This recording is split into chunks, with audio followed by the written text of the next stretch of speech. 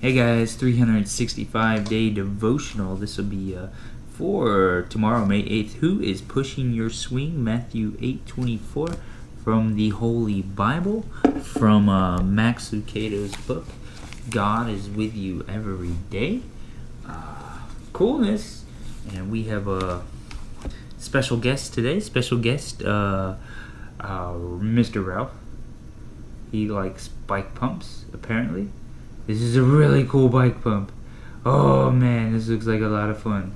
What am I gonna do with this bike pump?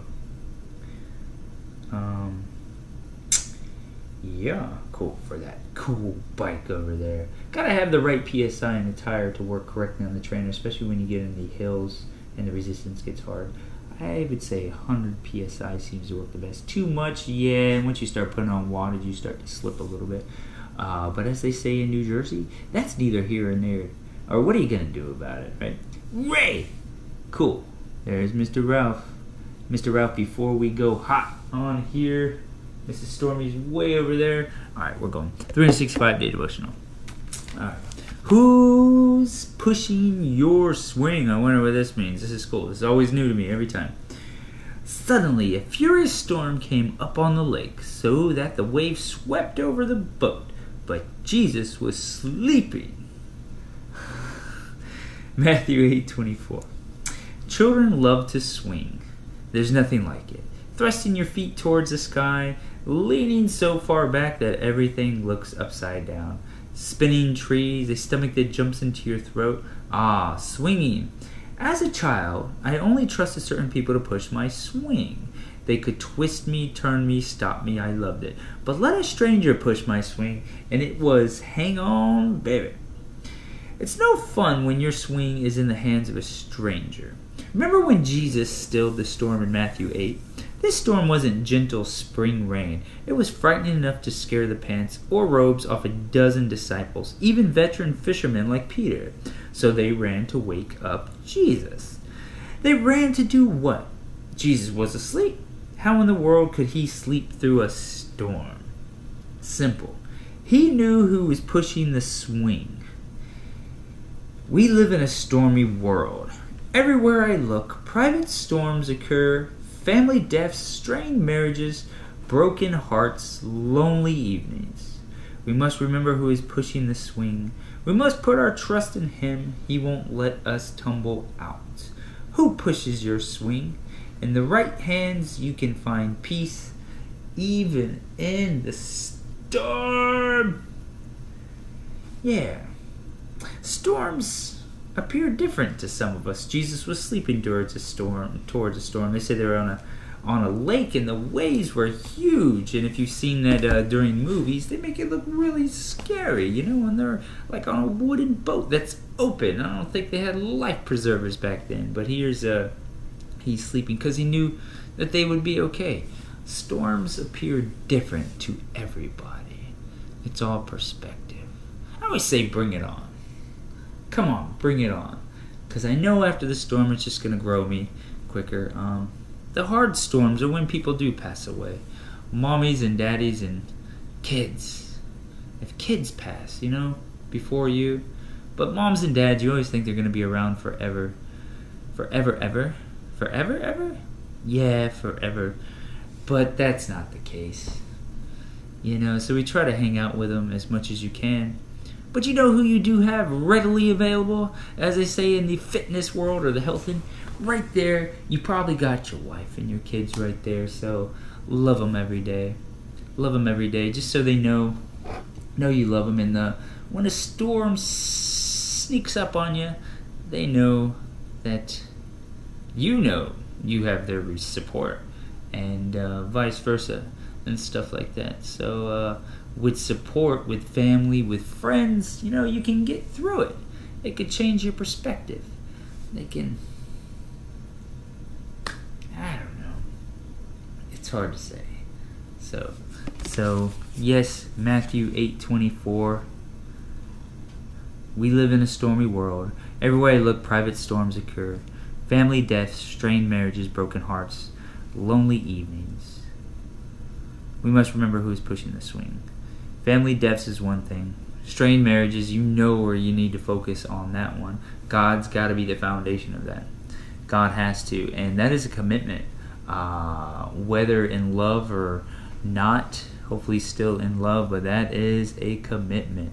A marriage, and broken hearts are hard, but I think God closes those type of doors for a reason. And lonely evenings, they're not lonely. You get to spend it with God more. Study things of God, learn a relationship with God. Those are the best times for me, because I think they're growing me, getting me ready for something, because I need a rock solid foundation for what God's got planned for me.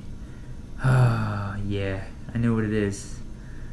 Yeah, that's why I always with strength training and stuff, just give them the basics. Get their foundation really, really strong first. Their legs really, really strong, and then their core really, really strong, so they can balance and stabilize themselves really, really good. Foundation's got to be in God and faith and trust in God. And if you do that, the storms will just seem like, I don't know, just an afternoon sun shower, It's crazy. It's good. And the Bible kind of has answers to everything in there. Somebody passing, somebody's life that's going to glorify God. That person is now in heaven. We rejoice. The angels rejoice. They're reunited with loved ones that have passed. They're with Jesus. They're in eternal life where everything is awesome, where there's no death, there's no sickness. That's pretty cool, so we can celebrate that stuff. Yeah, we're going to miss them. But that person, they've had a good life, and now their memory, their memory lives on. We can glorify them just like we glorify God.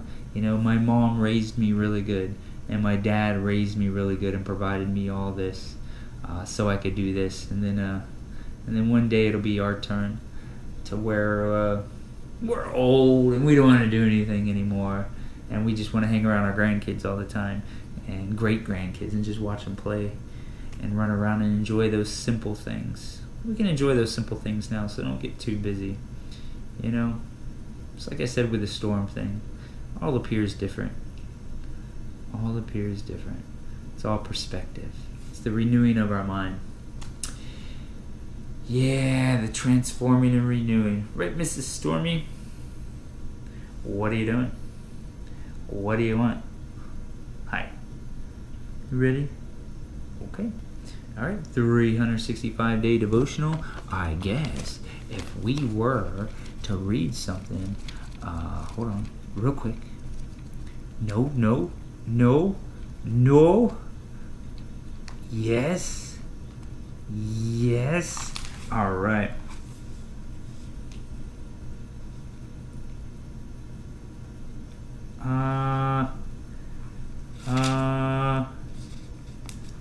I tell you the truth. The man who does not enter the sheep pen by the gate, but climbs in by some other way, is a thief and a robber. The man who enters by the gate is the shepherd of his sheep. The watchman opens the gate for him, and the sheep listen to his voice. He calls his own sheep by name and leads them out. When he has brought out all of his own, he goes on ahead of them, and his sheep follow him because they know his voice.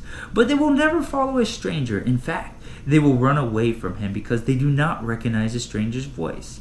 Jesus uses figure of speech, but they did not understand what he was telling them. Therefore, Jesus said again, I tell you the truth. I am the gate for the sheep. All who ever came before me were thieves and robbers, but the sheep did not listen to them. I am the gate. Whoever enters through me will be saved. He will come in and go out and find pasture. The thief comes only to steal and kill and destroy. I have come that they may have life and have it to the full. I am the good shepherd. The good shepherd lays down his life for the sheep.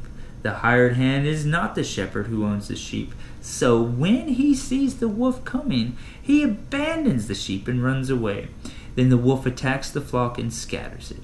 The man runs away because he is hired hand and cares nothing for the sheep. I am the good shepherd. I know my sheep and my sheep know me. Just as the Father knows me and I know the Father. I lay down my life for the sheep. I have other sheep that are not of this sheep pen. I must bring them also. They too will listen to my voice, and there shall be one flock and one shepherd. The reason my Father loves me is that I lay down my life, only to take it up again. No one takes it from me, but I lay it down on my own accord. I have authority to lay it down and authority to take it up again. This command I have received from my Father. At these words, the Jews were again divided. Many of them said, He is a demon-possessed and raving madman. Why listen to him? But others said, These are not the sayings of a man possessed by a demon. Can a demon open the eyes of the blind? Cool. John 10, the whole thing. No, that's just John 10, 1 through 21. Dang. The shepherd and the sheep, man. He's the shepherd, we're the sheep. We do the same thing for our family. We lead our families and our friends and our younger people. And sometimes we gotta lead our older people too, but they are elders, they are authority. Respect them and do it in a tactful, respectful, honorable type way. Cool. Well, love you guys. John 10:10. Take care of your sheep. If you see them straying away, get them back together. Get them back together. You know, look out for each other, man, and always help out a fellow brother or sister. Whatever they're seeking, point them towards God. But if they need your help, see what you can do. You're not too busy, just make that phone call or write that email. Go ahead and do it. I'm not talking to you. I don't mean anything by that. You could if you want to, but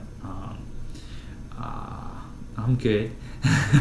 Love you guys. Hey, Mr. Ralph, you didn't even come say hi to the people. Hey, Mr. Ralph. Nah, whatever. See you guys. Love it.